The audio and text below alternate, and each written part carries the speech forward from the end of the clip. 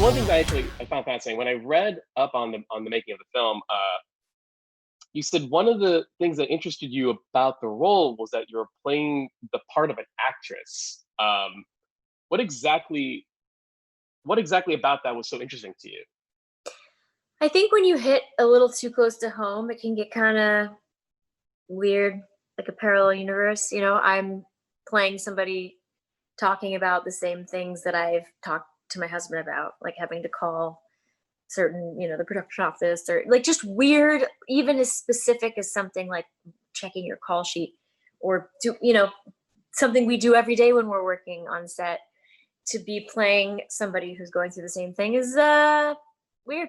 It's just weird. Like my actual assistant played my assistant in the movie. Like it was for on purpose, of course. And when things hit close to home, it gives the added challenge, and it's kind of fun. It's kind of dangerous. So you had plenty of scenes with Avery Essex, who plays your daughter in the film. And there's one scene in particular I kind of wanted to talk about because I felt was probably the most challenging and emotional scene. And it's the scene in the woods, you two talking on the tree. Uh, how did you two prepare for that scene in particular? Well, we did it in bits and pieces with Mm, David because we were sitting on a branch, and each the thing about that story, to tell that to a kid, you have to it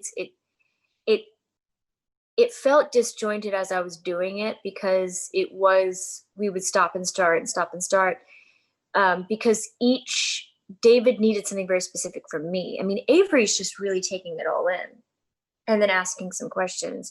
But it was my job to change the tone of each answer in order to have some kind of effect for the audience, but also to be doing it in a responsible way. If mm, there's if that exists for your 7-year-old, to understand and not be scared by. So it was it as hard as it, I mean, much harder for probably a parent to explain that to their kid. It was pretty challenging, yeah, to try to get the tone right, to for the purposes of the story, and to make it seem like it was an okay thing to do. sure. So my last question. The film is so close and intimate, and I know that because it was also a very small cast and crew. Um, what was the best thing about working with such a small cast and crew? There's a focus that is hard to maintain, and hard to find and hard to maintain when you're on a set, especially as things keep going on, as you get further and further into the shooting of it. And the smaller things are, the more, uh, I think, more productive things can be sometimes.